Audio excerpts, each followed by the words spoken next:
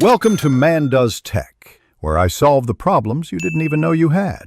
In this video, I will explain how to cook Suman Balinghoy.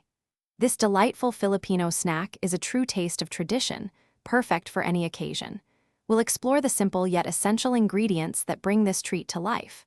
You'll learn how fresh cassava, rich brown sugar, and creamy coconut milk combine to create a truly satisfying dessert. Get ready to discover the secrets to making this beloved kakanin right in your own kitchen. First, let's prepare our main ingredients. You'll need about 2 pounds of fresh cassava.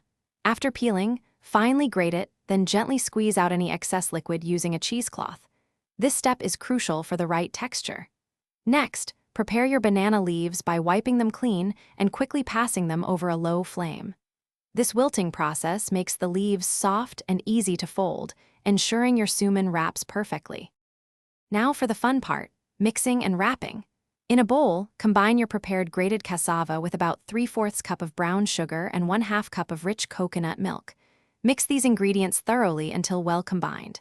Take about 2 to 3 tablespoons of this mixture and place it onto a softened banana leaf.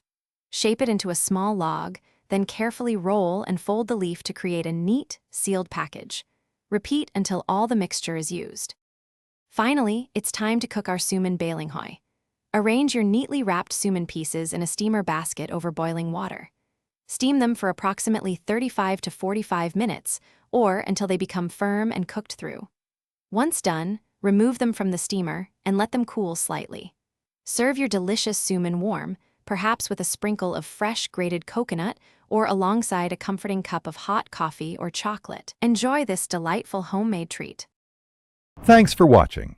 If you found this helpful, don't forget to like and subscribe.